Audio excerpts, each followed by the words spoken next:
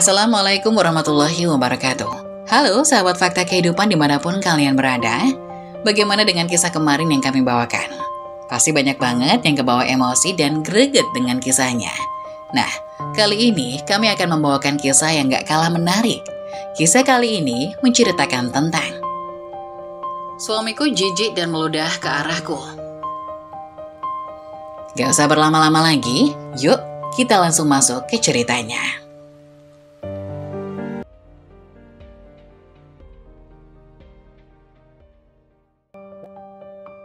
Suamiku jijik dan meludah ke arahku. Namaku Amara. Kalau mendengar namaku mungkin kau akan membayangkan seseorang yang anggun, menawan, dan setidaknya memiliki sesuatu yang istimewa. Tapi kenyataannya aku hanyalah seorang anak perempuan dari keluarga terpandang yang, entah kenapa, seringkali membuat orang bertanya-tanya, bagaimana mungkin aku lahir dari garis keturunan seperti ini. Ayahku adalah seorang pengusaha sukses, usaha karpetnya sudah tersebar di berbagai kota. Bahkan beberapa kali masuk berita sebagai salah satu pengusaha lokal yang inspiratif. Di lingkunganku, nama keluarga kami bukan sekedar nama, itu simbol kehormatan. Semua orang mengenal keluarga kami sebagai gambaran sempurna keberhasilan. Tapi aku hanyalah noda di kanvas indah yang mereka kagumi. Aku sering mendengar bisikan. Iya, bisikan yang mereka pikir tak akan sampai di telingaku. Sayang sekali ya, anaknya gak secantik ibunya. Atau, percuma punya uang banyak kalau anaknya begini. Kadang aku ingin pura-pura tuli, tapi kata-kata itu seperti duri kecil yang selalu berhasil menyelinap masuk dan mencakar rasa percaya diriku yang sudah tipis. Di sekolah, aku bukan siapa-siapa. Teman-teman sekelas hanya mengingatku sebagai anak pengusaha kaya. Mereka berteman denganku, tapi aku tahu itu lebih karena mereka ingin dekat dengan kekayaan keluargaku, bukan aku. Aku bukan yang mereka pilih untuk diajak berbagi rahasia atau sekedar berjalan bersama di koridor sekolah. Aku hanyalah pelengkap di meja makan atau di foto bersama saat acara-acara keluarga besar. Aku sering bertanya pada diriku sendiri, apa salahku? Kenapa aku dilahirkan dengan wajah ini, dengan tubuh ini? Kenapa orang lain bisa begitu mudah diterima dan dicintai hanya karena mereka menarik? Apakah arti dari kecantikan yang selalu diagungkan itu? Setiap kali aku berdiri di depan cermin, aku mencoba mencari apa yang salah. Rambutku terlalu tebal dan sulit diatur, hidungku terlalu lebar, bibirku terlalu tipis, kulitku meski terawat tetap tak pernah cukup terang untuk terlihat cantik. Aku tahu, aku terdengar seperti orang yang terlalu keras pada diri sendiri, tapi begitulah hidupku. Orang di seberangku adalah Raka, pria dengan wajah yang begitu sempurna hingga tampak seperti keluar dari sampul majalah. Rahangnya tegas, matanya tajam, dan senyum tipisnya. Meski saat ini tak hadir di wajahnya, selalu menjadi magnet perhatian dimanapun dia berada. Dia berasal dari keluarga terpandang, keluarga yang sering disebut-sebut oleh ayahku sebagai salah satu mitra bisnis terbaiknya. Tapi hari ini bukan tatapan tajam atau senyuman mempesona yang aku dapatkan darinya. Yang kulihat hanyalah ekspresi datar yang perlahan berubah menjadi sorot ketidaksenangan. Kami duduk di ruang tamu besar di rumah keluarganya yang hampir menyerupai galeri seni dengan lukisan-lukisan mahal dan furniture klasik berharga fantastis. Di meja tengah secangkir teh yang nyaris tak tersentuh mengisi keheningan yang mulai terasa canggung. Orang tua kami duduk di sisi lain ruangan berbicara dengan antusias seolah-olah hidup kami berdua hanyalah bagian dari strategi bisnis mereka. Pertunangan ini akan menjadi langkah yang sempurna untuk mempererat kerjasama keluarga kita, kata ayahku sambil tersenyum lebar. Tangannya bergerak seperti orator ulung yang sedang membangun mimpinya. Aku melirik Raka, mencoba membaca pikirannya, tapi wajahnya terlalu sulit ditebak. Dia tidak tersenyum, tidak juga menunjukkan antusiasme seperti orang tua kami. Tatapannya dingin dan meskipun dia duduk di depanku, rasanya seperti dia berada di tempat lain, jauh dari sini. Aku yakin Amara dan Raka akan menjadi pasangan yang luar biasa. Ibuku menambahkan dengan nada penuh harapan. Luar biasa, aku ingin tertawa kecil. Tapi kurasa itu akan membuat suasana makin buruk. Aku tidak tahu apa yang luar biasa dari situasi ini. Aku hanya tahu bahwa aku adalah Amara, gadis yang selalu dianggap biasa-biasa saja, bahkan dalam keluarga sendiri. Dan Raka, dia adalah segalanya yang aku tidak miliki, tampan, percaya diri, dan kalau boleh jujur sedikit mengintimidasi. Aku tak tahu banyak tentangnya selain cerita-cerita yang kudengar. Orang bilang dia penuh percaya diri bahkan cenderung arogan. Ada yang menyebutnya sosok ambisius dan materialistis. Tipe pria yang hanya peduli pada hal-hal yang terlihat sempurna di mata orang lain. Tapi itu hanya kata orang. Aku sendiri tidak tahu siapa dia sebenarnya. Yang jelas, dari caranya duduk dengan tubuh tegap dan dagu sedikit terangkat, dia terlihat seperti seseorang yang sangat yakin akan dirinya sendiri. Aku rasa kita harus membicarakan ini lebih lanjut nanti. Suara berat Raka memecah kesunyian. Dia menatap ayahnya dengan ekspresi tenang, tapi matanya berbicara lain. Ada ketidaksukaan yang begitu jelas di sana. Ini terlalu mendadak. Kata-katanya membuat udara di ruangan terasa lebih berat. Ibuku tampak terkejut, sedangkan ayahku berdeham sedikit, mencoba menyelamatkan suasana. Tentu saja Raka, kami hanya ingin memulai diskusi, tidak ada tekanan. Tapi aku tahu itu bohong. Aku tahu ayahku, dan aku tahu betapa pentingnya hubungan bisnis ini baginya. Di dunia ayahku, hubungan keluarga bisa menjadi jembatan emas untuk memperkuat kekuasaan, dan aku hanyalah pion dalam permainan besar mereka. Aku menundukkan kepala, mencoba menghindari tatapan siapapun. Di dalam hatiku ada campuran antara lega dan takut. Lega karena setidaknya Raka tidak langsung menerima ide ini, tapi juga takut karena aku tidak tahu apa yang akan terjadi selanjutnya. Aku hanya tahu satu hal, pria ini Raka mungkin akan menjadi bagian dari hidupku, dan aku tidak tahu apakah itu sesuatu yang harus aku syukuri atau aku takuti. Hari itu akhirnya tiba, hari di mana aku Amara menjadi bagian dari sebuah pernikahan yang dirancang bukan karena cinta, tetapi karena kepentingan keluarga. Pernikahan ini adalah mahakarya dari negosiasi bisnis, tradisi, dan keinginan orang tua kami untuk memperkuat kedudukan mereka di mata dunia. Dan aku hanyalah bidak kecil di papan catur mereka, dipindahkan ke posisi yang telah mereka rencanakan sejak awal. Gaun putihku begitu indah, dihiasi renda-renda halus yang memeluk tubuhku dengan sempurna. Setiap detailnya dipilih dengan teliti oleh ibuku yang ingin memastikan bahwa aku setidaknya terlihat seperti pengantin sempurna. Tapi aku tahu, tak peduli seindah apapun aku hari ini, tidak ada yang akan mengubah kenyataan bahwa ini semua hanyalah sandiwara. Aku berdiri di depan altar di sebelah Raka. Dia tampak luar biasa tampan dalam setelan jas hitamnya, seperti pria dalam cerita dongeng. Tapi di balik wajah sempurnanya ada sesuatu yang kosong, sesuatu yang dingin. Senyumnya yang selalu menjadi senjata andalannya kali ini terasa seperti topeng. Sebuah ekspresi yang dipasang hanya untuk memenuhi tuntutan formalitas. Dia tidak pernah melirikku, bahkan tidak sepintas. Tatapannya lurus ke depan seolah-olah aku tidak lebih dari bayangan di sampingnya. Ketika kami saling mengucapkan janji pernikahan, suaranya terdengar datar, hampir tanpa emosi.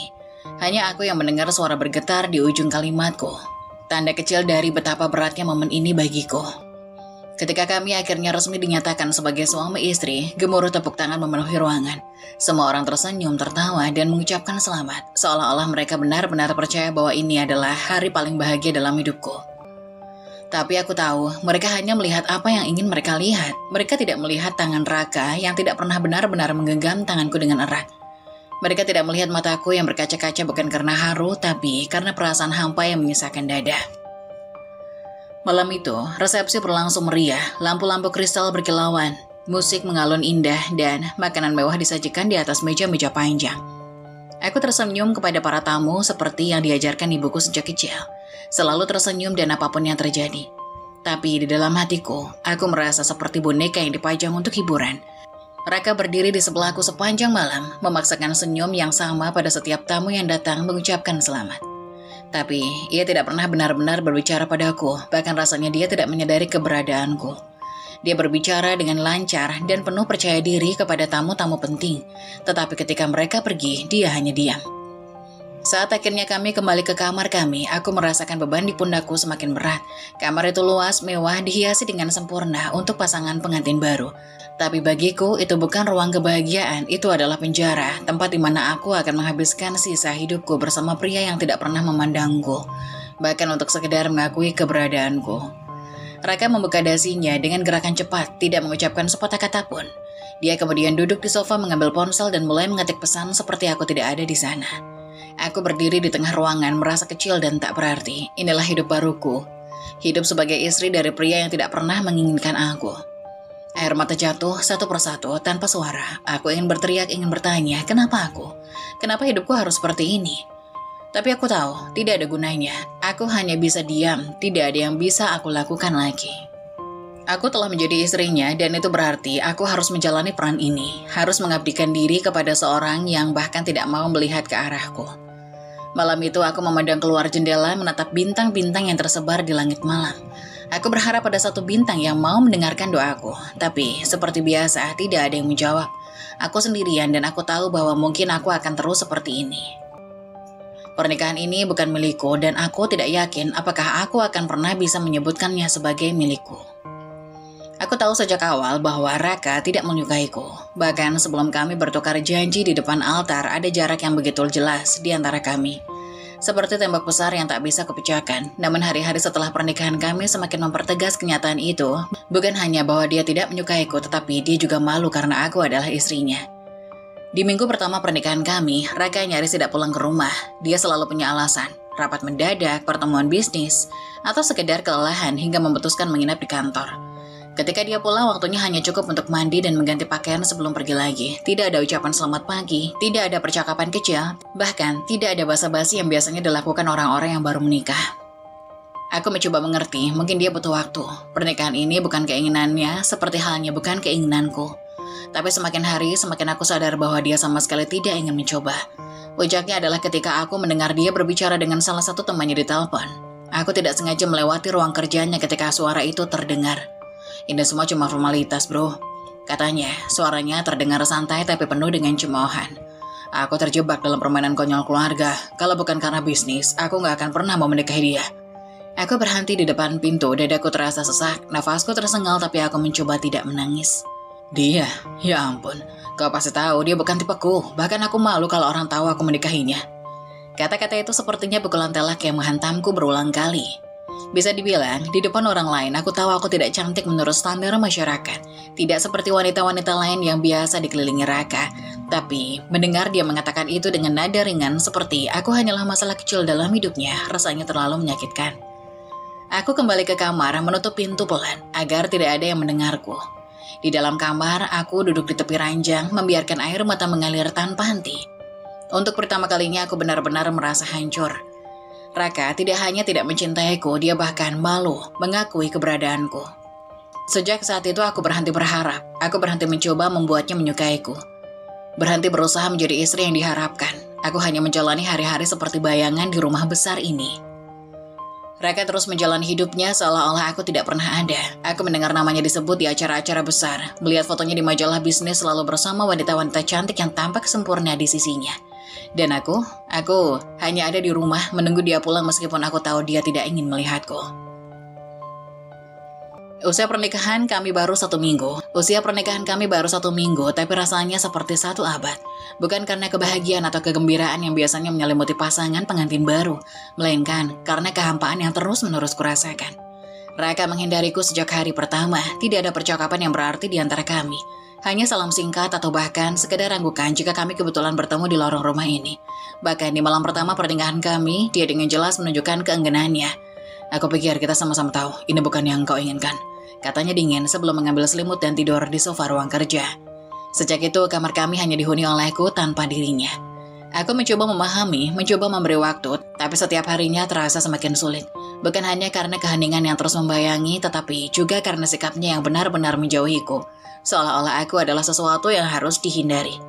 Aku melihat ponselnya tergeletak di meja makan satu malam. Notifikasinya terus berbunyi dan tanpa sengaja aku melihat nama-nama yang familiar. Wanita-wanita cantik penuh percaya diri mengirim pesan yang kurasa tidak pantas untuk seorang pria yang baru saja menikah. Kapan kita bertemu lagi, Raka? Atau, aku tidak sabar menghabiskan waktu bersamamu. Aku tidak bisa membaca lebih jauh, tanganku gemetar, dan rasanya seperti ada beban yang besar yang menekan dadaku. Tapi apa yang bisa aku lakukan? Menghadapinya, menuntut penjelasan. Aku tahu bagaimana itu akan berakhir. Dia akan menatapku dengan dingin, mungkin tersenyum sinis dan berkata sesuatu yang akan membuatku merasa lebih kecil dari sebelumnya.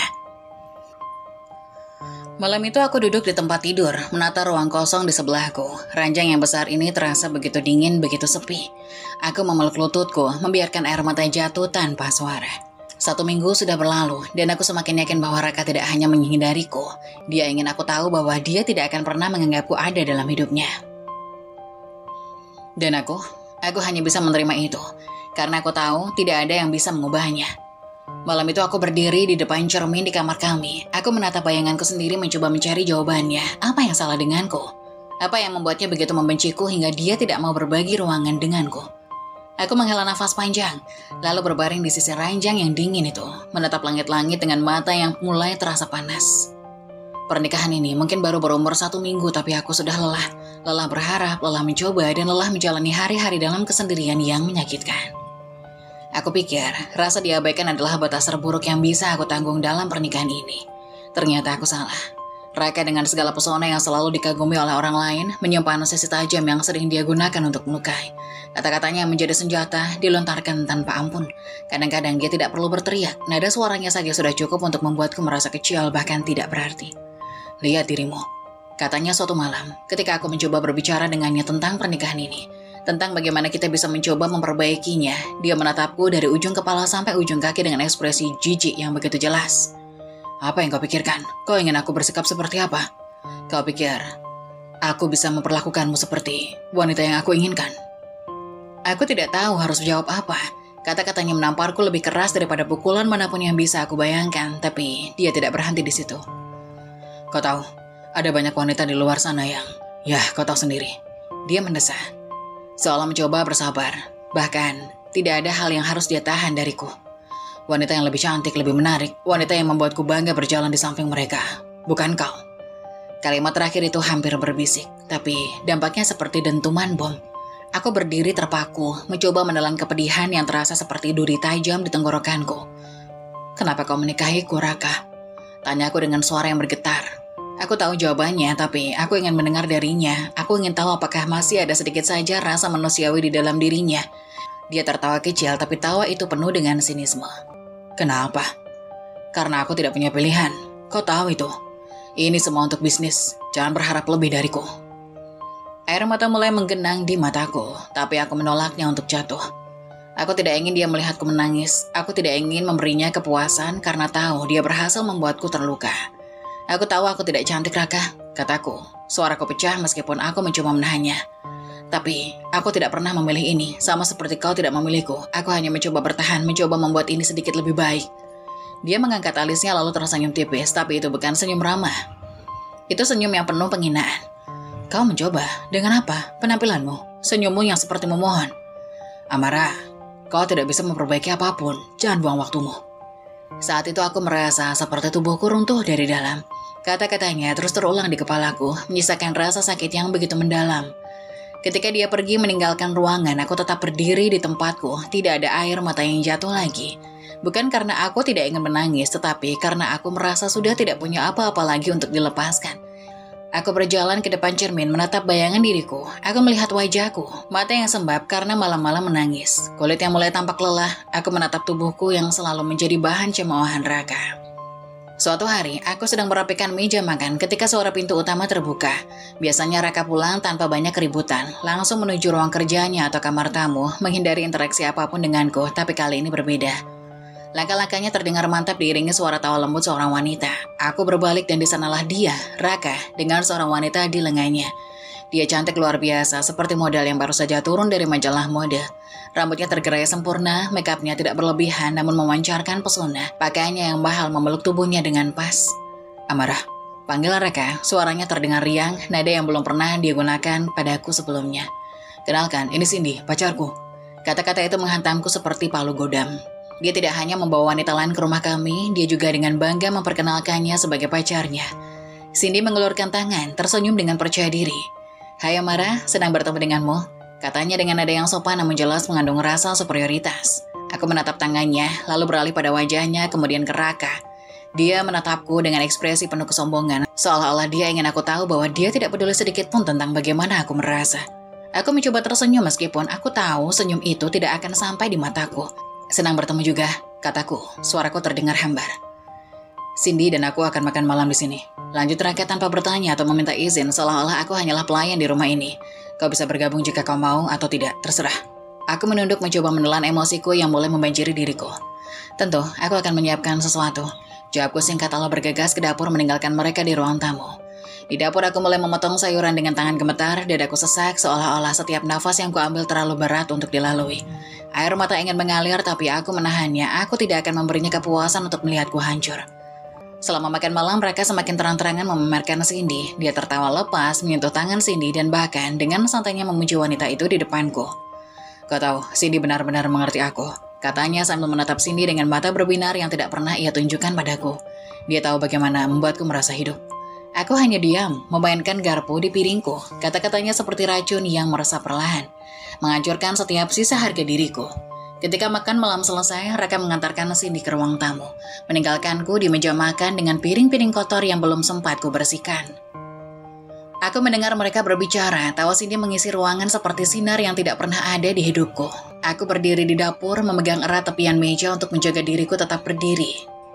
Rasa sakit yang kurasakan bukan hanya karena penghinaan terang-terangan ini, tapi juga karena aku tahu aku tidak bisa melakukan apapun. Aku terperangkap, terikat pada pernikahan ini tanpa jalan keluar.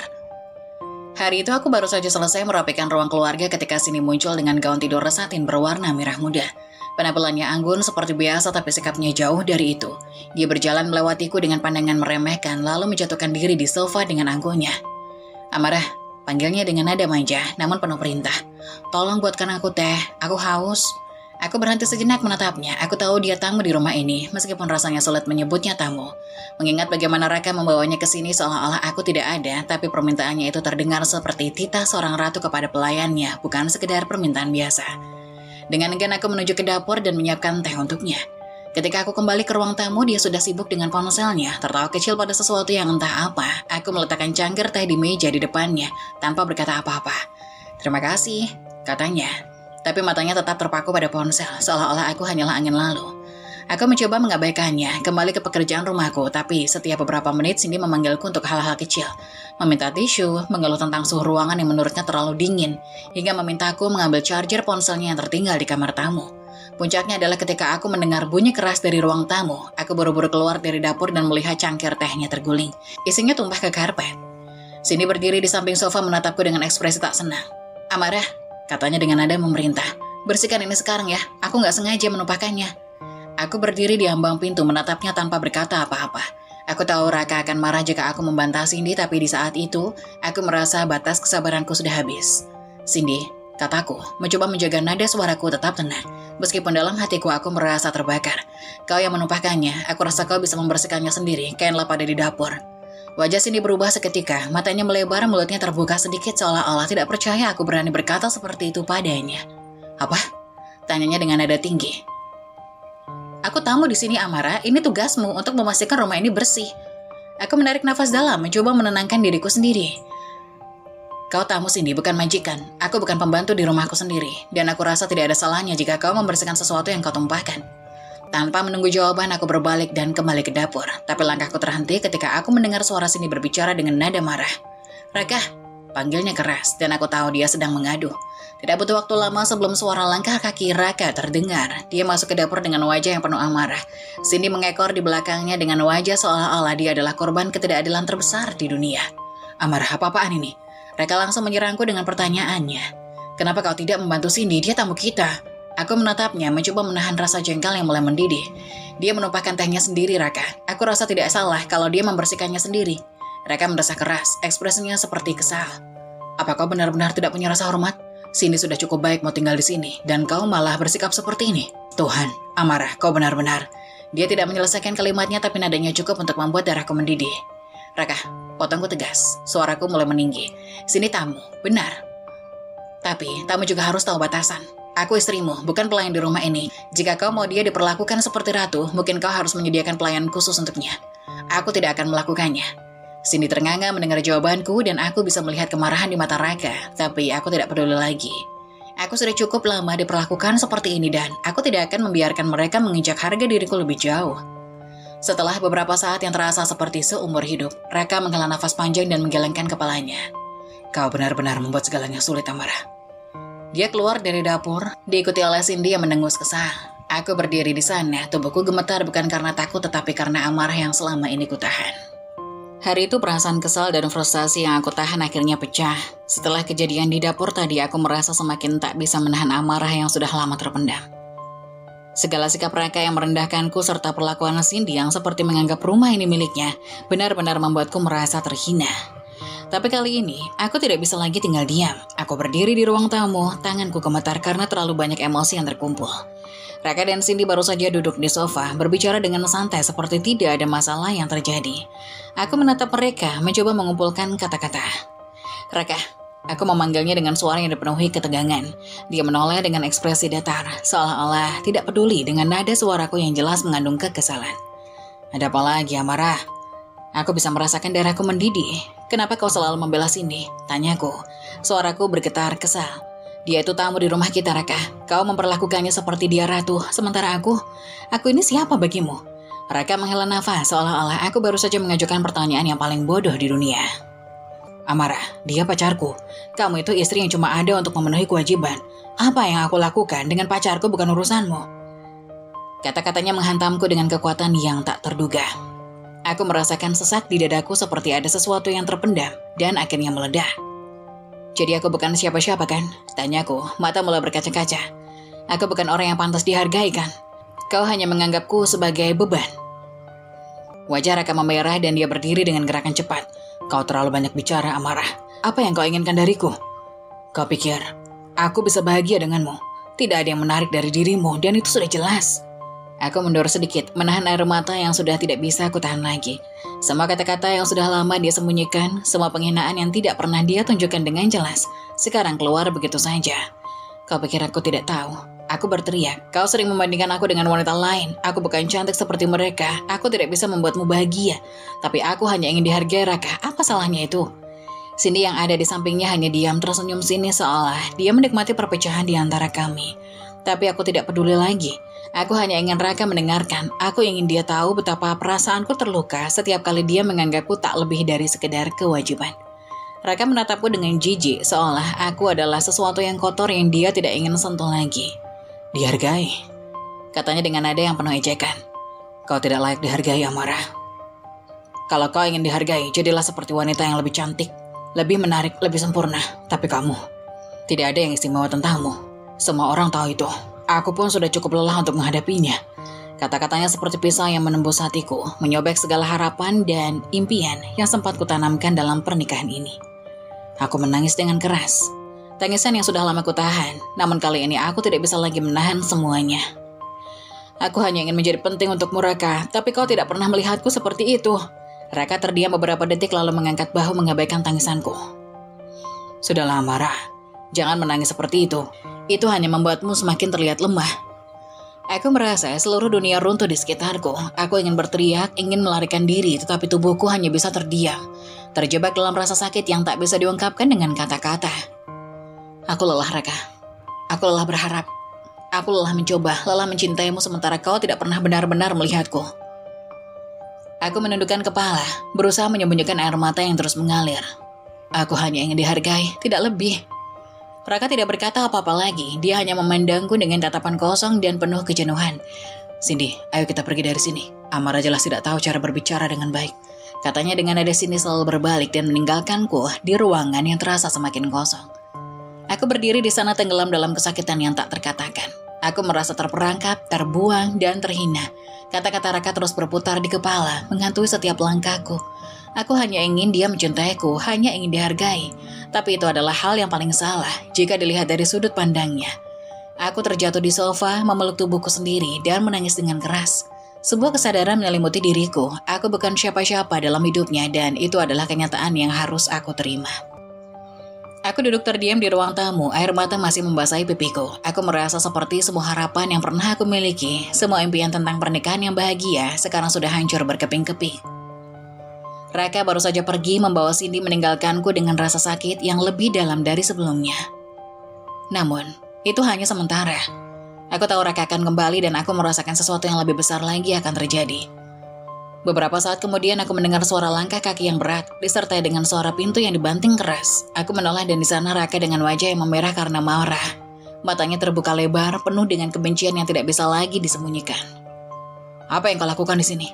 Suaranya penuh dengan kekesalan yang jelas tak terkendali. Kau masih duduk di sini dengan wajah jelek itu, mengotori rumah ini. Aku tidak menjawab. Kata-kata itu sudah terlalu sering terucap darinya, sampai aku tidak lagi punya kekuatan untuk melawan. Tapi kali ini aku merasakan hatiku makin pecah. Aku tahu, ini bukan sekedar pertengkaran biasa. Ini adalah ledakan dari emosi yang terkumpul selama berbulan-bulan. Dan sekarang, semua itu tumpah dengan cara yang mengerikan. Kenapa? Lanjut Raka, kali ini suaranya berubah lebih keras. Seolah-olah ia ingin menghancurkan semuanya. Kenapa aku harus menikah denganmu? Apa yang membuatmu berpikir aku menginginkanmu? Kau pikir ayahmu bisa membeli kebahagiaanku dengan uang itu? Kata-katanya seperti cambuk yang menghantam tubuhku. Lebih pedih dari sebelumnya. Aku hanya bisa diam meskipun hatiku hancur. Raka terus berjalan mengelilingi ruangan. Seperti seorang pria yang kehilangan kendali sepenuhnya. Ia memegang beberapa barang di meja dan tanpa peringatan ia melemparkannya ke lantai dengan keras. Menghancurkannya menjadi serpihan-serpihan kecil. Lihat Amarah, teriaknya. Ini yang aku rasakan setiap hari. Aku terjebak dalam pernikahan ini hanya karena uangmu, karena orang tuamu yang tidak tahu malu. Kalian semua hanya mempermainkan hidupku. Tanganku gemetar dan aku berusaha menahan diri agar tidak jatuh ke dalam tangisan yang semakin tak terkendali.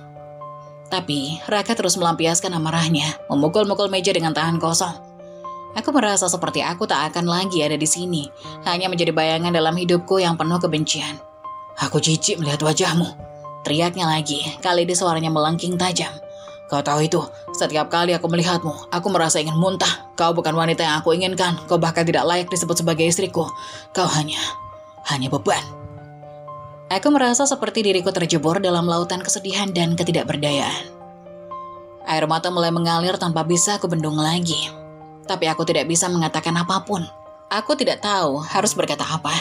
Kata-kata Raka terus berputar dalam kepalaku, memantul tanpa henti, semakin memperdalam luka yang tak bisa disembuhkan. Aku tidak bisa hidup seperti ini. Lanjutnya dengan suara yang hampir serah karena kemarahan. Aku tidak bisa terus-terusan terjebak dalam wanita jelek sepertimu. Orang tuamu dan orang tuaku, semua orang, mereka hanya melihat uang. Mereka tidak peduli dengan perasaan kita. Mereka cuma memikirkan keuntungan dan aku sudah lelah dengan semua ini. Dia mendekat dan untuk pertama kalinya dalam pernikahan ini aku melihat kebencian yang begitu besar di matanya. Seperti ia ingin menghancurkan segala sesuatu yang ada di sekitar kami termasuk aku. Aku sudah cukup, teriaknya, suaranya menggema di seluruh ruangan. Aku tidak akan terus hidup dengan beban seperti ini. Aku akan menceraikanmu, Amara. Itu yang terbaik untuk kita berdua. Aku lelah melihat wajahmu, lelah terjebak dalam kehidupan yang seperti ini. Aku akan menceraikanmu dan aku tidak peduli dengan apa yang akan terjadi setelah itu. Aku terdiam. Tubuhku terasa kaku seperti patung. Kata-kata itu seperti petir yang menghancurkan segalanya. Menceraikan aku. Itu adalah sesuatu yang bahkan tidak pernah aku pertimbangkan.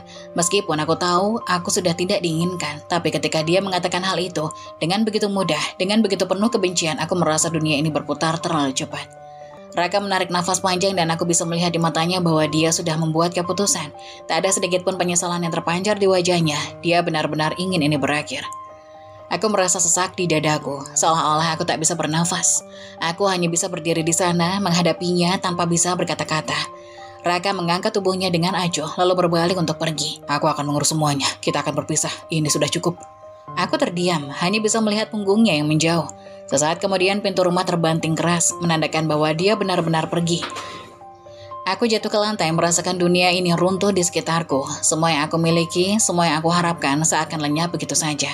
Tangisan pecah dari mulutku bukan hanya karena perpisahan yang mungkin tak terelakkan, tetapi karena aku merasa tidak ada satupun yang peduli. Tidak ada yang peduli tentang diriku, kecuali aku adalah sebuah beban yang harus dibuang. Suasana rumah terasa semakin sepi setelah perpisahan itu. Aku tahu meskipun kata-kata Raka begitu keras dan penuh kebencian, keputusan itu sudah terpatri di dalam benaknya. Aku tidak bisa melawan, tidak bisa memperjuangkan apapun lagi. Semua usaha yang pernah aku perbuat untuk mempertahankan rumah tangga ini kini terasa seperti lelucon yang sia-sia. Rasa sakit yang kurasakan begitu dalam seperti ada yang merobek-robek bagian dari diriku yang paling rapuh. Aku duduk di ujung tempat tidur, menatap kosong ke arah pintu yang tertutup rapat. Di luar sana kehidupanku berjalan seperti biasa, tetapi aku di dalam sini merasa seperti dunia ini runtuh begitu cepat. Raka sudah tidak ada lagi, dan kata-katanya terus terngiang di kepalaku. Kita akan berpisah, ucapnya dengan dingin tanpa ada penyesalan, seolah-olah aku tidak pernah berarti apa-apa baginya. Aku menggelengkan kepala, berusaha menepi semua perasaan itu, tapi semakin aku mencoba, semakin dalam rasa sakit itu menyelusup. Aku tidak bisa menyalahkan Raka. Aku tahu aku sendirilah penyebab hancurnya rumah tangga ini. Aku tidak cukup cantik, aku tidak cukup menarik, dan aku tidak cukup baik untuknya. Dan yang lebih buruk lagi, aku merasa bahwa aku tidak cukup berarti dalam hidupnya. Tapi, aku tidak tahu bagaimana bisa sampai sejauh ini. Aku hanya ingin dicintai, dihargai, diperlakukan dengan baik. Aku tidak tahu bahwa semua usahaku hanya akan membuatku semakin hancur. Aku merasa tubuhku kaku, tidak bisa bergerak, dan seolah-olah ada beban berat menekan dadaku. Perlahan aku berdiri dan melangkah menuju kamar mandi. Aku membuka pintu dengan tangan gemetar, lalu berjalan ke bawah pancuran. Aku tidak peduli bahwa air yang mengalir begitu deras, mengalirkan segala perasaan yang terpendam. Aku membiarkan air mengalir begitu saja, mengalirkan segala rasa sakit yang menggerogoti hati ini. Tangisku pecah begitu saja, rasanya seperti ada ribuan duri yang menusuk-nusuk hati ini, dan aku tidak tahu harus bagaimana lagi. Aku menutup wajahku dengan kedua tangan, seolah-olah itu bisa menahan semua air mata yang tak pernah berhenti mengalir. Hatiku terasa sangat kosong, sangat hancur. Aku tidak tahu siapa lagi yang bisa aku harapkan. Raka sudah pergi dan aku merasa seperti aku tidak memiliki siapa-siapa lagi. Air panas dari pancuran itu seolah-olah hanya menambah rasa sakitku. Setiap tetes yang jatuh ke kulitku seperti mengingatkanku bahwa aku tidak berharga. Aku merasa sangat hina, seperti tidak ada harga dirinya lagi. Semua yang aku lakukan, semua yang aku beri ternyata tidak cukup untuk membuatnya tetap tinggal. Apa yang salah denganku? Pikirku dalam hati. Tapi aku tidak bisa menemukan jawabannya.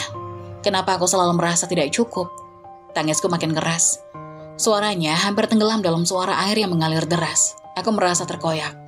Tak ada lagi yang bisa kulakukan untuk memperbaiki semuanya. Raka tidak ingin aku lagi. Dan aku tidak tahu harus bagaimana. Hidup tanpa dia, aku merasa sangat lemah. Setiap bagian dari diriku yang dulu penuh dengan harapan, kini hancur begitu saja. Menjadi serpian-serpian kecil yang tak bisa kusatukan kembali. Aku ingin keluar dari sana, melarikan diri, tapi aku tahu itu tidak mudah. Aku sudah terjebak dalam perasaan ini, terjebak dalam kesedihan yang begitu dalam. Saat akhirnya aku keluar dari kamar mandi, tubuhku basah kuyup, kedinginan, tetapi yang lebih dingin dari itu adalah hatiku. Aku merasa kosong, terjebak dalam kesepian yang luar biasa. Semua yang aku pikir akan menjadi masa depan yang indah, kini hanya tinggal kenangan pahit yang tak akan bisa dihapus. Aku duduk di tepi tempat tidur, menatap kosong ke depan. Tidak ada lagi yang bisa aku harapkan. Semua harapanku tentang cinta, kebahagiaan, dan rumah tangga yang bahagia kini hancur dalam sekejap. Setelah perceraian itu, hidupku bagaikan terbelah dua. Ada Amara yang dulu penuh harapan, penuh cita-cita tentang sebuah kebahagiaan yang seharusnya datang dengan pernikahan. Dan ada Amara yang sekarang, yang merasa seperti baru saja keluar dari sebuah kabut tebal yang menyesakan.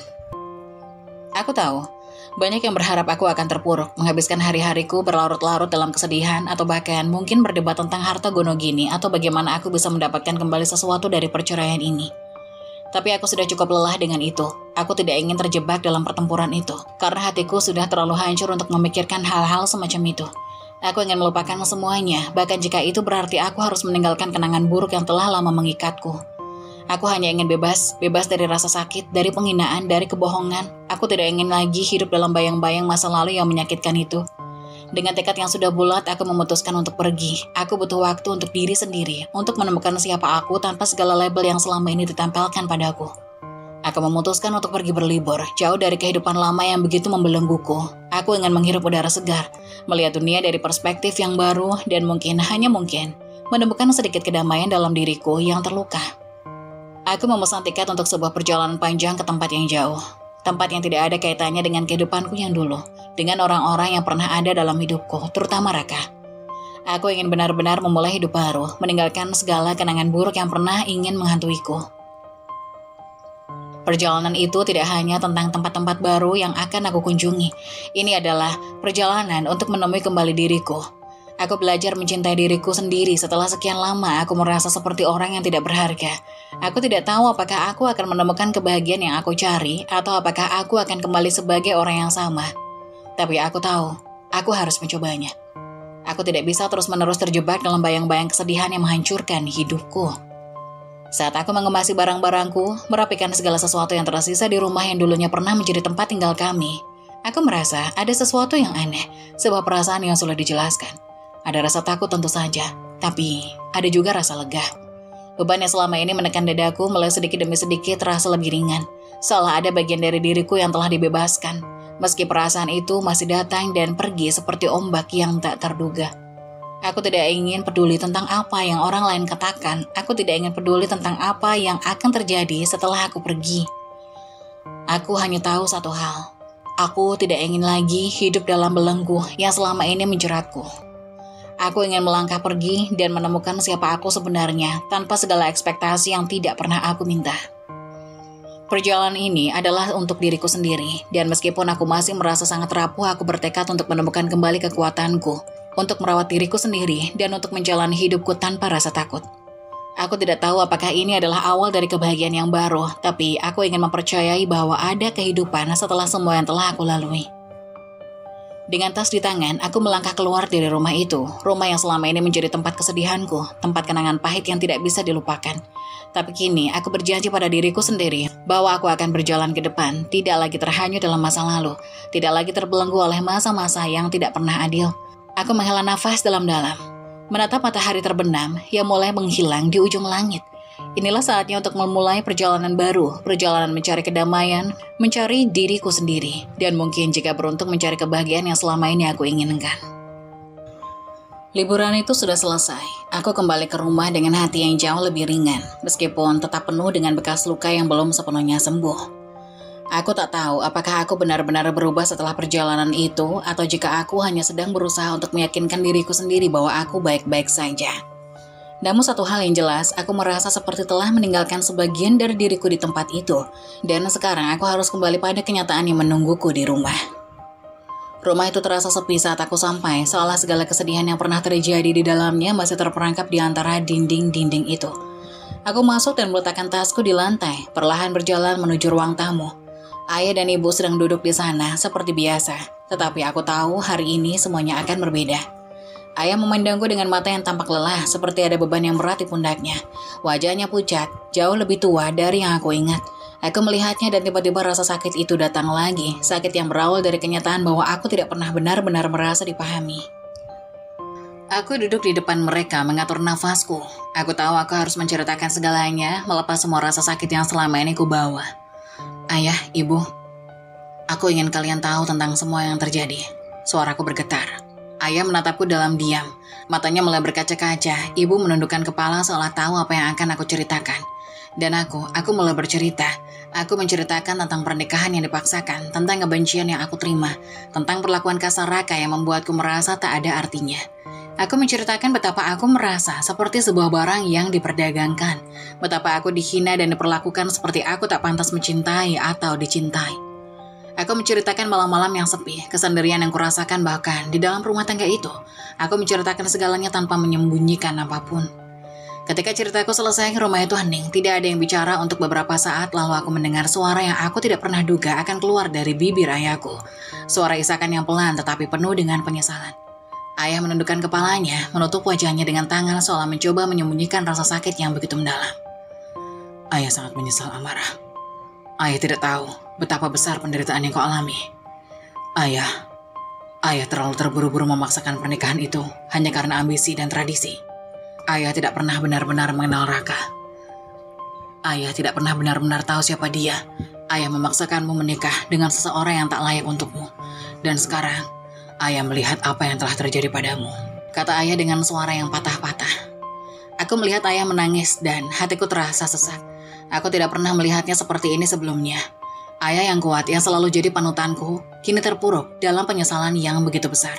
Aku ingin memeluknya, menenangkan dia, tapi aku sendiri terlalu terluka untuk melakukannya. Maafkan ayah, Amarah. Lanjut ayah dengan suara serak, air matanya jatuh di pipinya. Aku merasa aku telah menghancurkan hidupmu. Aku memaksa keputusan yang tidak seharusnya kamu jalani. Aku membuatmu merasa tak berharga. Aku membuatmu hancur. Maafkan ayah. Tolong maafkan ayah. Aku tidak bisa menahan air mataku lagi. Melihat ayah menangis seperti itu dengan penuh penyesalan membuat hatiku semakin teriris. Aku tidak tahu apa yang harus aku katakan. Semua perasaan yang aku simpan selama ini akhirnya keluar. Aku tidak bisa mengendalikan isakan yang pecah dari dadaku. Ibu juga, kami tidak pernah bermaksud untuk membuatmu seperti ini. Ibu berkata dengan suara lembut, mendekat dan merangkulku. Ibu terlalu sibuk dengan urusan ibu sendiri hingga tidak melihat apa yang terjadi pada anakku. Maafkan kami, Amarah. Maafkan kami. Aku memeluk ibu, dan dalam pelukan itu aku merasa seolah-olah seluruh dunia runtuh. Aku hanya ingin berteriak melepaskan semua rasa sakit yang menyesakan. Aku bukan hanya merasa terluka oleh Raka, tetapi juga oleh kenyataan bahwa orang tuaku, yang seharusnya menjadi pelindungku, juga ikut bertanggung jawab atas penderitaanku. Namun di saat yang sama, ada juga perasaan yang sulit dijelaskan. Perasaan bahwa meskipun semua ini sudah terjadi, meskipun aku sudah hancur dan terpuruk, mereka tetap orang tuaku. Mereka adalah orang yang mengasihiku, meskipun semuanya terlambat. Ayah, ibu, aku hanya ingin sembuh, kataku, suara serak. Aku tahu kalian menyesal, tapi aku sudah terlalu lama merasa kosong, terluka. Aku hanya ingin bisa kembali berdiri, menjadi diriku sendiri. Ayah mengangguk pelan. Wajahnya penuh dengan penyesalan. Kami akan mendukungmu, Amarah. Kami akan melakukan apapun untuk membuatmu bahagia lagi.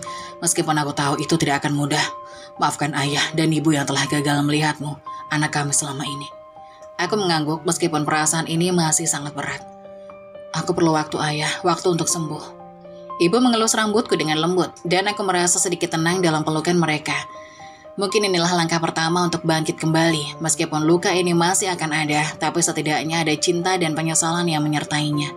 Air mataku masih mengalir, tetapi kali ini rasanya berbeda. Mereka adalah air mata penyembuhan, bukan lagi air mata kesakitan yang tak berujung. Aku mungkin tidak lagi bisa mengubah masa lalu, tapi aku tahu, aku tidak akan sendiri dalam perjuangan untuk menyembuhkan hatiku. Setelah kembali ke rumah, hari-hari terasa begitu panjang. Aku terjebak dalam kebisuan yang menekan. Merasa terasing di tempat yang seharusnya menjadi tempat paling nyaman bagi seseorang. Aku merasa seperti bayangan diri sendiri, bergerak di antara ruang-ruang kosong tanpa tujuan. Ayah dan ibu memang berusaha mendekatkan diri, tetapi meskipun mereka meminta maaf, ada begitu banyak luka yang masih menganga di dalam diriku. Suatu hari, setelah berjam-jam aku berdiam di ruang tamu, ayah mengajukan sebuah usulan yang tak terduga. Amara, bagaimana jika kamu pergi ke luar negeri, menyusul adikmu yang sedang kuliah di Korea? Aku rasa kamu butuh udara segar, jauh dari semua kenangan buruk ini. Aku menatapnya dengan penuh kebingungan. Keluar negeri, jauh dari rumah, jauh dari semuanya. Tapi dalam hatiku ada secercah harapan. Mungkin ini adalah langkah yang tepat, mungkin di luar sana aku bisa mulai dari awal. Aku akan memberitahu adikmu. Lanjut ayah. Dia akan senang melihatmu. Kami ingin kamu kembali bangkit, Amara. Kami ingin kamu kembali menjadi dirimu sendiri. Keputusan itu terasa berat, tapi aku juga memberi harapan. Aku tahu aku harus mencoba meskipun perjalanan ini penuh ketidakpastian. Dalam diam aku mulai mempersiapkan segala sesuatunya. Beberapa minggu setelahnya aku sudah berada di Korea menginjakan kaki di tanah asing yang begitu penuh dengan kehidupan baru. Adikku, Dira, menyambutku dengan hangat di bandara. Seperti yang selalu dia lakukan, dia memelukku erat seolah mencoba memberi kekuatan dalam pelukannya. Aku merasakan kenyamanan dalam pelukan itu, meskipun rasa sakit masih membekas di hati. Amara, kata Dira dengan wajah serius. Aku gak bisa lihat kamu seperti ini. Kamu harus lebih baik. Aku gak mau kamu terperangkap dalam kenangan buruk itu. Kamu harus lebih peduli pada dirimu sendiri. Aku terkejut dengan ketegasan dalam suaranya. Dira yang dulu selalu ceria kini tampak lebih dewasa, seolah-olah dia sudah tahu apa yang harus dilakukan. Kamu gak akan sendiri. Aku di sini dan aku akan bantu kamu bangkit. Lanjut Dira. Tidak lama setelah kedatanganku, Dira langsung mengajakku ke klinik kecantikan. Setiap minggu kami pergi untuk merawat tubuh dan wajahku. Hal-hal yang dulu tidak pernah aku pedulikan. Aku selalu merasa tidak layak untuk merawat diriku sendiri. Merasa aku tidak berhak untuk menjadi cantik karena Raka selalu membuatku merasa jelek dan tidak berharga. Tetapi Dira tidak membiarkanku jatuh lebih dalam. Dia terus membimbingku, membawaku untuk merawat diri dengan cara yang lebih sehat, baik untuk tubuh maupun pikiran. Awalnya aku merasa canggung, bagaimana mungkin aku bisa merawat diri sendiri setelah bertahun-tahun merasa hina dan terbuang. Tapi perlahan, aku mulai menyadari sesuatu. Merawat diri bukanlah tentang memperbaiki diri untuk orang lain. Itu adalah tentang memberi diri kita sendiri penghargaan yang layak untuk kita dapatkan. Aku mulai melihat diriku berbeda, walau masih dengan keraguan yang menggelayuti hati. Dira juga sangat perhatian terhadap kondisiku yang mentalnya hancur. Setiap kali aku merasa terpuruk, dia selalu ada, memberikan dukungan, mendengarkan keluh kesahku, dan menenangkan pikiranku yang berantakan. Kami menghabiskan waktu bersama, berjalan-jalan di kota Seoul yang indah, mengunjungi tempat-tempat yang tenang dan damai. Semua itu seakan memberikan kesempatan bagiku untuk bernafas, untuk merasa sedikit lebih hidup. Aku merasa hidupku mulai berubah perlahan. Aku mulai percaya bahwa aku bisa kembali menjadi diriku sendiri meskipun perjalanan itu panjang dan penuh tantangan. Aku mulai menghargai tubuhku, menghargai diriku sebagai seorang individu yang memiliki hak untuk bahagia. Selain itu, Dira juga membawaku untuk berbagai seminar dan sesi konseling mental. Semua itu membantuku untuk mengurai keruwetan pikiran dan perasaan yang begitu lama terpendam. Dengan dukungan Dira, aku mulai menemukan kembali diriku. Aku mulai menyadari bahwa aku bukanlah orang yang dikatakan oleh Raka, bahwa aku tidak jelek, bahwa aku layak dicintai, dan bahwa aku punya banyak hal yang berharga yang belum aku temukan. Dan tentu saja, aku masih merasakan sakit yang mendalam, tetapi aku mulai belajar untuk tidak membiarkan masa lalu itu mengendalikan hidupku. Dira mengajariku bahwa yang penting bukanlah berapa banyak luka yang kita punya, tetapi bagaimana kita menyembuhkan diri kita dari luka-luka itu. Hari demi hari aku mulai merasa lebih kuat. Ada saat-saat ketika aku menangis, ketika kenangan tentang Raka menghampiri. Tetapi sekarang aku tahu bahwa itu hanyalah bagian dari perjalanan. Aku tidak akan membiarkan dirinya atau masa lalu itu mendefinisikan siapa aku. Aku akan berdiri kembali meskipun perlahan. Tetapi dengan langkah yang pasti aku memandang diriku di cermin suatu pagi setelah perawatan rutin. Wajahku mungkin masih menyisakan jejak kesedihan, tetapi ada sesuatu yang berbeda. Ada cahaya baru yang muncul di mataku. Aku tidak tahu kemana langkah ini akan membawaku, tetapi aku tahu satu hal. Aku akan melanjutkan hidupku ini dengan caraku sendiri, tanpa rasa takut, tanpa rasa malu, karena aku layak untuk bahagia. Hari-hari di Korea berlalu dengan cepat, dan setiap hari aku merasa semakin jauh dari bayang-bayang masa lalu yang kelam. Dira terus mendukungku, tidak hanya dalam merawat tubuh dan wajahku, tetapi juga dalam membangun kembali kepercayaan diriku yang sempat hancur. Suatu pagi setelah berbulan-bulan menjalani rutinitas baru yang penuh dengan perawatan kecantikan, aku melihat diri aku di cermin. Rambutku kini panjang yang berkilau, kulitku terlihat lebih cerah dan sehat, dan wajahku dihiasi dengan riasan ringan ala wanita Korea yang menonjolkan kecantikan alami. Tubuhku yang dulu kurus dan lemah kini mulai ramping berkat olahraga teratur dan pola makan yang lebih sehat. Aku bahkan merasa lebih bertenaga dan energik, jauh dari perasaan lelah yang selama ini aku bawa. Aku mulai merasa percaya diri, sesuatu yang sangat asing bagiku dulu. Dira sering mengajakku mengikuti kelas wanita di Korea, tempat di mana para wanita belajar tentang kecantikan, cara berpakaian dengan elegan, dan bagaimana memperlakukan diri sendiri dengan penuh cinta dan penghargaan. Aku belajar banyak dari kelas-kelas itu tentang cara berjalan dengan anggun, cara memilih pakaian yang tepat untuk tubuhku, dan cara merias wajah dengan sederhana namun tetap elegan. Hari demi hari aku semakin merasa nyaman dengan diriku sendiri. Kelas-kelas itu mengajarkanku untuk tidak hanya merawat penampilan fisikku, tetapi juga bagaimana cara menghargai diriku sebagai seorang wanita. Aku belajar untuk melihat diriku melalui mata yang penuh kasih, bukan dari standar orang lain atau penilaian yang pernah diberikan Raka padaku. Suatu hari setelah aku mengenakan gaun putih elegan yang baru aku beli, aku melihat refleksiku di cermin dengan rasa tak percaya. Aku tersenyum, mengamati diriku dengan rasa syukur. Aku akhirnya kembali, gumamku pada diriku sendiri. Aku adalah wanita yang kuat, penuh dengan potensi dan keindahan yang aku temukan dalam diriku. Dira tersenyum bangga ketika melihat perubahan besar yang terjadi padaku. "Kamu cantik, Amara," katanya dengan tulus. "Aku senang kamu akhirnya melihat dirimu seperti yang aku lihat. Kamu layak mendapatkan kebahagiaan." Aku menatap Dira dengan mata berkaca-kaca, merasa terharu atas segala perhatian dan dukungannya selama ini. Tanpa dia, mungkin aku masih terjebak dalam bayang-bayang diriku yang dulu. Seorang wanita yang merasa tidak pernah dan tak punya masa depan. Tetapi sekarang aku merasa seperti wanita baru. Dengan keyakinan baru, aku mulai menjalani hidupku dengan cara yang berbeda. Aku berani menghadapi dunia, berani mengejar impian-impian yang dulu kupendam dalam-dalam. Aku tahu hidupku masih panjang, dan meskipun ada luka yang akan tetap tinggal, aku tidak akan lagi membiarkan luka itu menguasai aku. Setelah beberapa bulan tinggal di Korea, aku merasa aku sudah siap untuk kembali pulang ke Indonesia. Aku ingin memulai babak baru dalam hidupku, jauh dari kenangan buruk yang pernah menghantuiku. Kali ini aku pulang bukan sebagai Amara yang terhina, tetapi sebagai wanita yang penuh percaya diri, dengan pandangan baru tentang hidup dan diriku sendiri. Aku mengemasi barang-barangku dan mempersiapkan penerbangan kembali ke Jakarta. Dira mengantarku ke bandara dengan senyum lebar, matanya penuh dengan kebahagiaan. "Kamu akan baik-baik saja, Amara. Ingat, kamu adalah wanita yang luar biasa." Aku memeluknya dengan erat, berterima kasih atas segala yang telah dia lakukan untukku. "Terima kasih, Dira. Tanpa kamu aku tidak tahu apakah aku bisa berdiri seperti ini. Jaga dirimu baik-baik," kata Dira sambil tersenyum. "Aku akan selalu ada untukmu, dimanapun kamu berada." Aku mengangguk, dan dengan langkah mantap aku memasuki gerbang keberangkatan. Saat pesawat lepas landas, aku melihat keluar jendela, merasakan angin sepoi-sepoi yang mengusap wajahku, dan merasakan kebebasan yang belum pernah aku rasakan sebelumnya. Aku tidak pernah tahu apa yang akan terjadi setelah aku kembali ke Indonesia, tetapi aku tahu satu hal.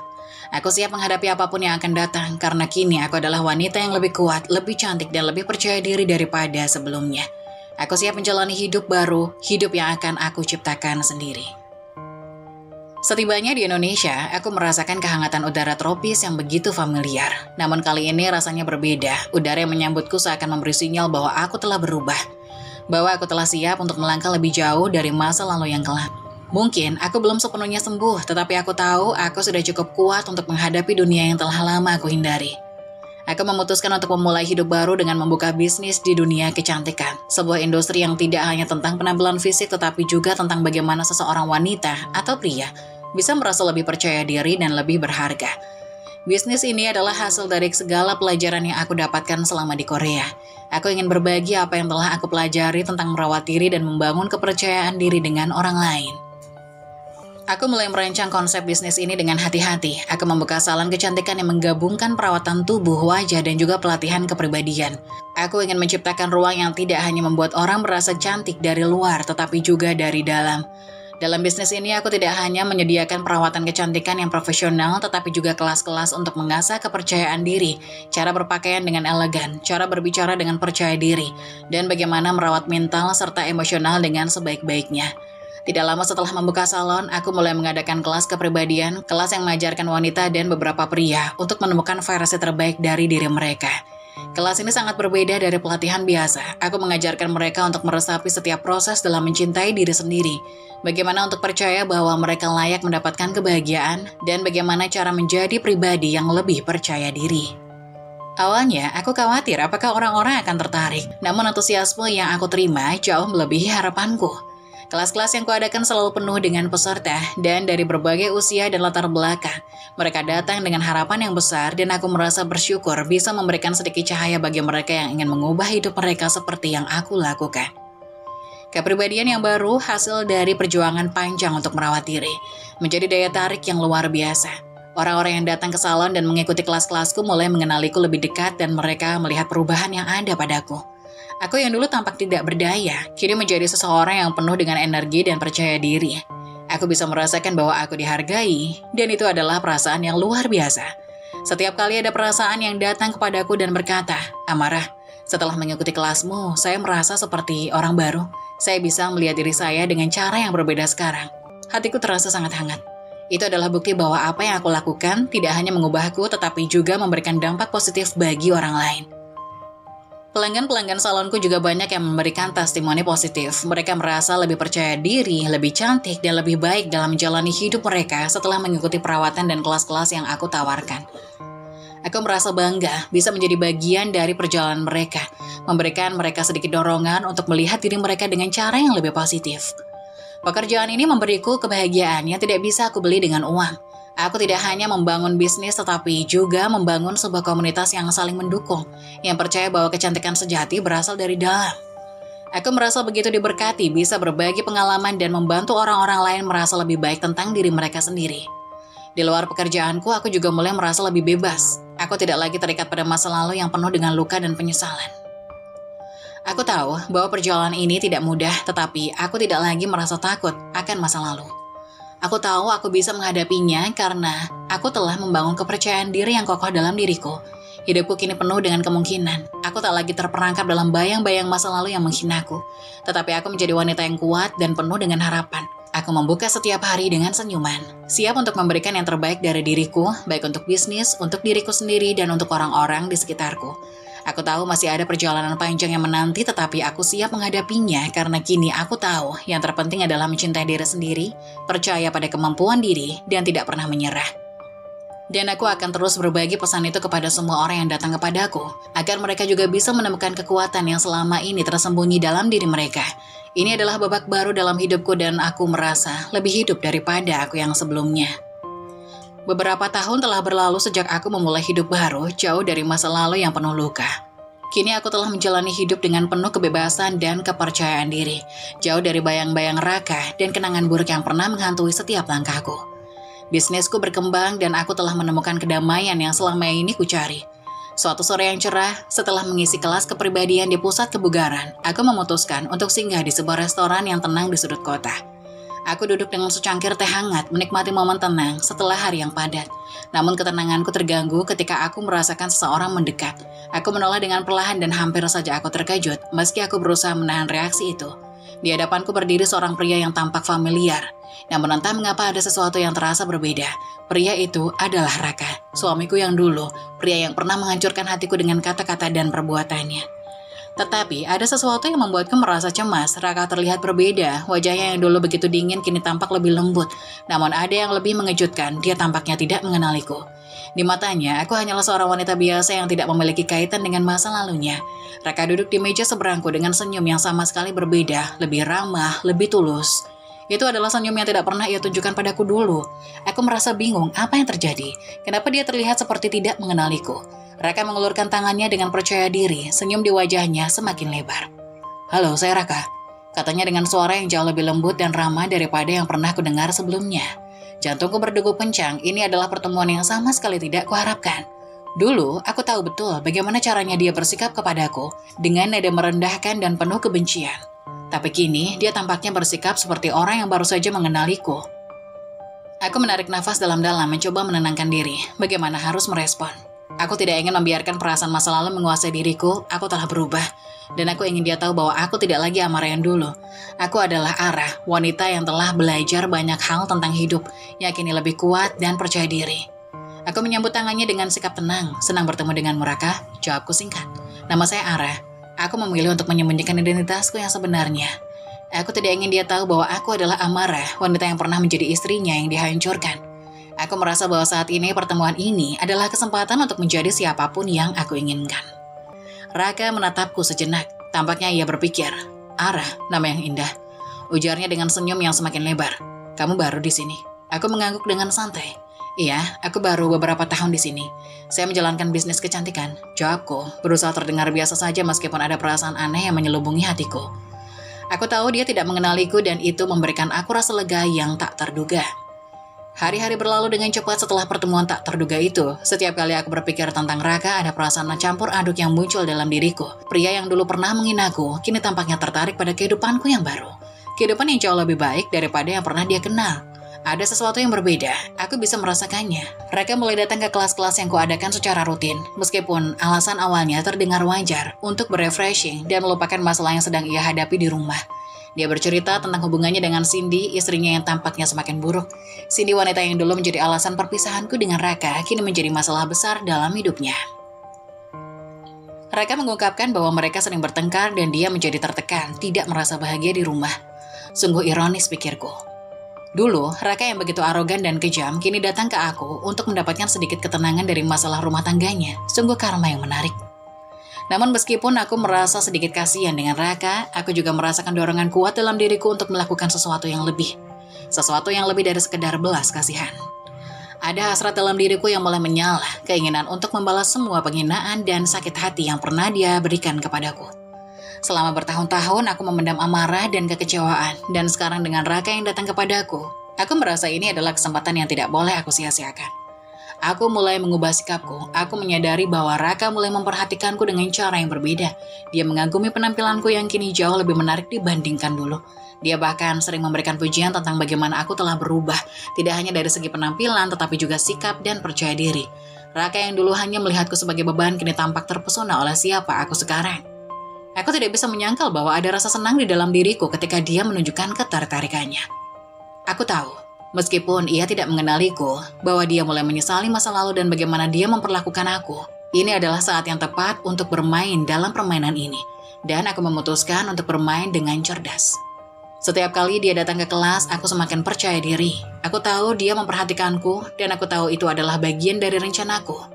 Aku mulai memberinya perhatian lebih padanya, membuatnya merasa bahwa ada kemungkinan kami bisa menjadi lebih dekat. Aku tahu cara memanfaatkan kelemahannya, dan dia mulai merasakan ada ketegangan yang berbeda di antara kami. Ketegangan yang berbeda dari yang pernah ada sebelumnya.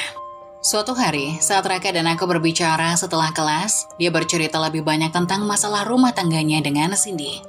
Ada keputusasaan dalam suaranya saat dia menceritakan betapa tidak bahagianya dia dengan pernikahannya. Aku benar-benar merasa terperangkap, Ara, katanya dengan nada lelah. Cindy, dia berubah. Aku merasa seperti tidak ada ruang lagi untuk diri sendiri. Kami sering bertengkar dan aku semakin merasa tertekan di rumah. Aku hanya mendengarkannya dengan penuh perhatian, tetapi dalam hatiku aku mulai merencanakan balas dendam. Aku merasa sedikit kasihan padanya, tetapi juga merasa bahwa ini adalah karma yang sudah lama ditunggu. Seiring berjalannya waktu, Raka semakin mendekat. Setiap kali dia datang ke kelas, dia tampak lebih banyak berbicara denganku, mencari-cari alasan untuk menghabiskan waktu bersamaku. Aku tahu dia mulai tertarik padaku, bukan hanya karena penampilanku yang kini mempesona, tetapi juga karena aku memberikan perhatian yang tidak pernah ia dapatkan dari Cindy. Aku mulai memberinya lebih banyak perhatian, mendengarkan ceritanya tentang Cindy dengan simpati yang sedikit berpura-pura. Aku tidak bisa menahan senyum kecil di dalam hati ketika aku melihat betapa mudahnya dia terjebak dalam permainan ini. Apa kamu merasa lebih baik setelah datang ke sini? Tanyaku suatu ketika. Ketika Raka tampak gelisah setelah kelas, aku ingin memberinya rasa nyaman, membuatnya merasa dihargai, seolah-olah aku adalah satu-satunya orang yang benar-benar mengerti dia. Raka menghela nafas panjang lalu tersenyum lemah. Iya, Sebenarnya aku merasa sedikit lebih baik setelah bicara denganmu, Ara.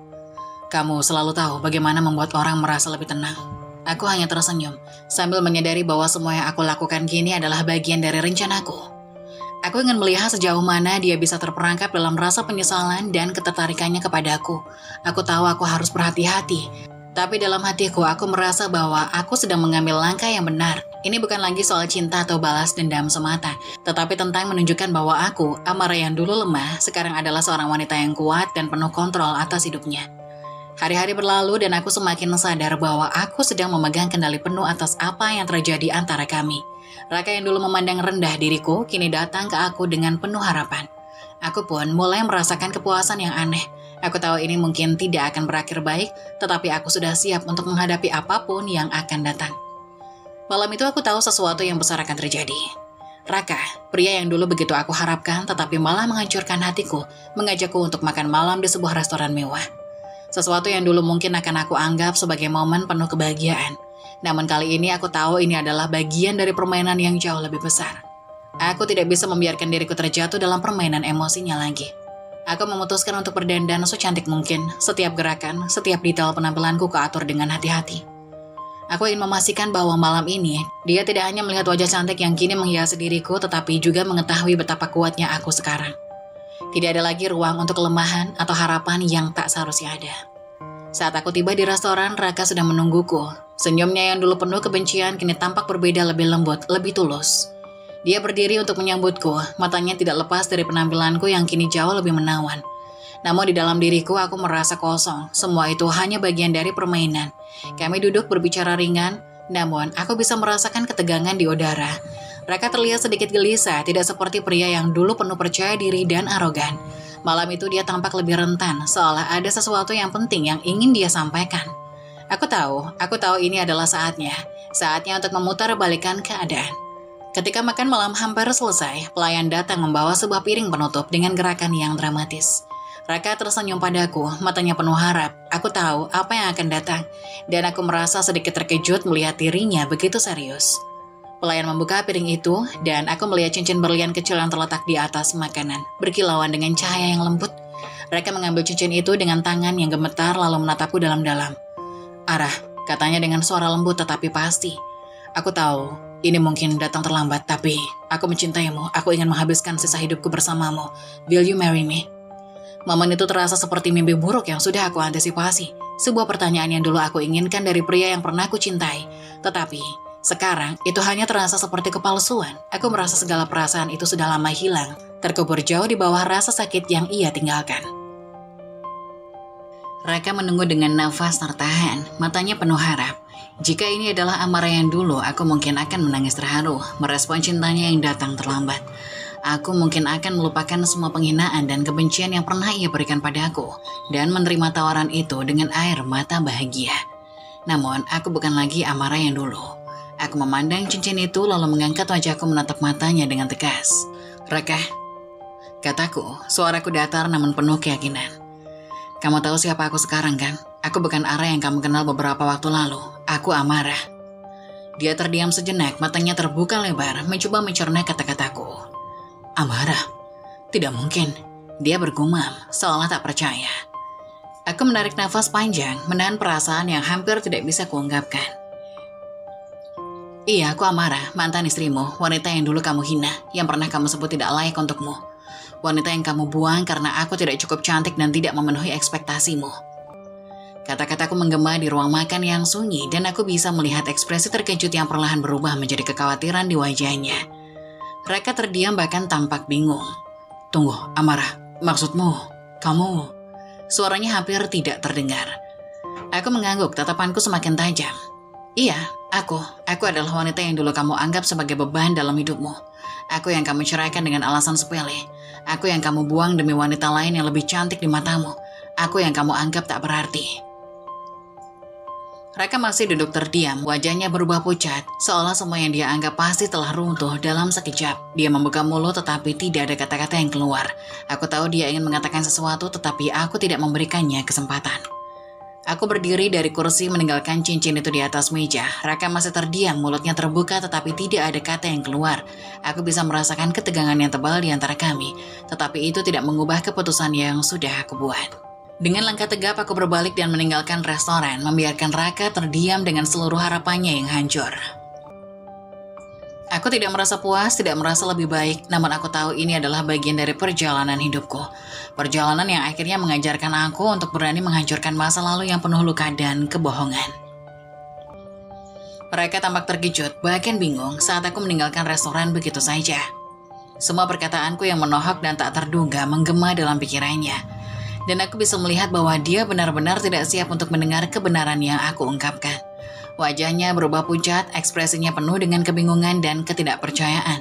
Seolah-olah ia baru saja mendengar sesuatu yang tak bisa diterimanya. Dia duduk diam, tangan menggenggam cincin yang semula ia niatkan untuk melamar. Tetapi kini hanya menjadi simbol dari kehancuran yang dia sendiri buat. Aku melihatnya berusaha menahan perasaan malu yang jelas-jelas melanda dirinya. Raka tidak tahu harus berkata apa. Aku bisa melihat betapa dalam penyesalan mulai meresap ke dalam dirinya, meskipun terlambat. Selama bertahun-tahun, aku selalu berharap Raka akan menyadari betapa salahnya dia memperlakukanku, betapa kejamnya dia menghina dan menolakku.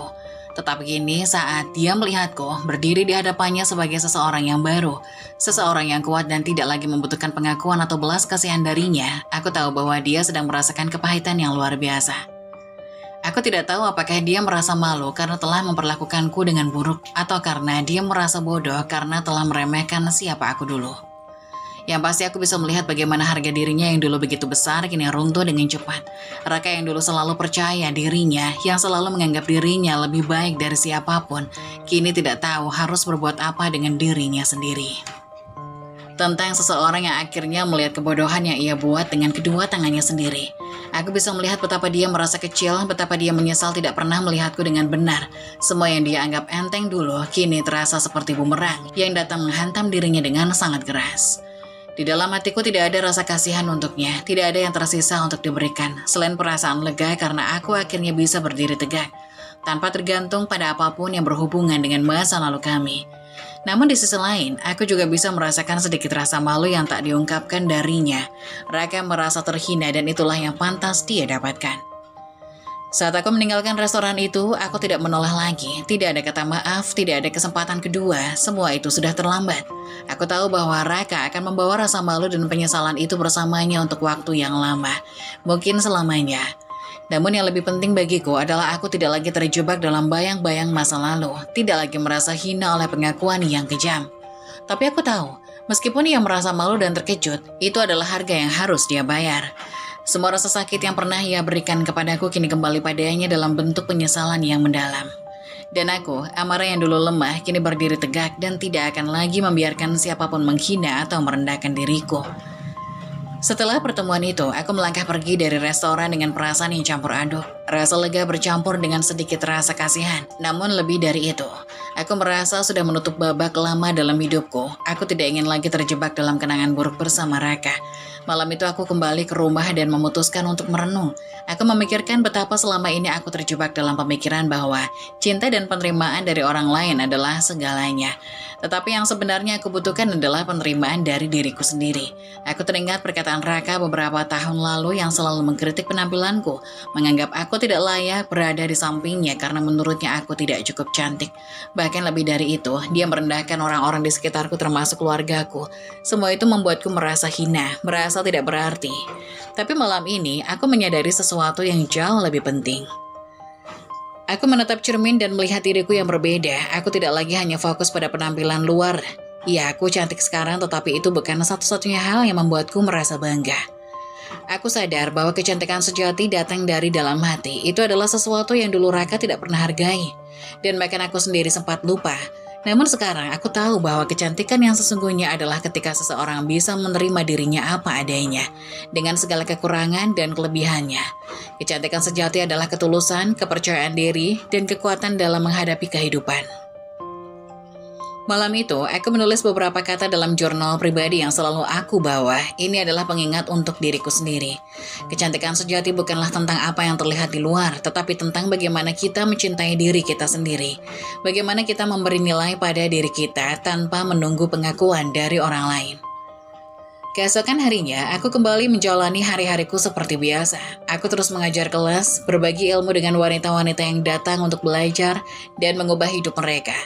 Aku melihat bagaimana mereka tumbuh, berkembang, dan menemukan rasa percaya diri yang mungkin dulu tidak mereka miliki. Aku merasa sangat bahagia bisa menjadi bagian dari perjalanan mereka. Setiap senyuman mereka, setiap kata terima kasih adalah hadiah terindah bagiku. Aku tahu bahwa semua yang aku lakukan, semua perubahan yang terjadi pada diriku sendiri, bermanfaat bagi orang lain. Kelas yang aku ajar semakin banyak pesertanya. Wanita-wanita itu datang dari berbagai latar belakang, dan setiap kali mereka berbicara tentang perjuangan mereka, aku bisa merasakan betapa pentingnya untuk merasa dihargai dan dicintai oleh diri sendiri. Aku bukan hanya mengajarkan mereka cara merawat tubuh mereka atau cara berdandan, tetapi lebih kepada cara mencintai diri sendiri, merawat hati mereka, dan menemukan kekuatan dalam diri mereka. Aku sering berbicara kepada mereka tentang perjalanan hidupku tanpa mengungkapkan terlalu banyak detail pribadi. Tentu saja, tapi cukup untuk memberikan mereka pemahaman bahwa kecantikan sejati itu bukan tentang penampilan semata. Itu adalah tentang keberanian untuk menjadi diri sendiri dan menghargai perjalanan hidup yang telah kita tempuh.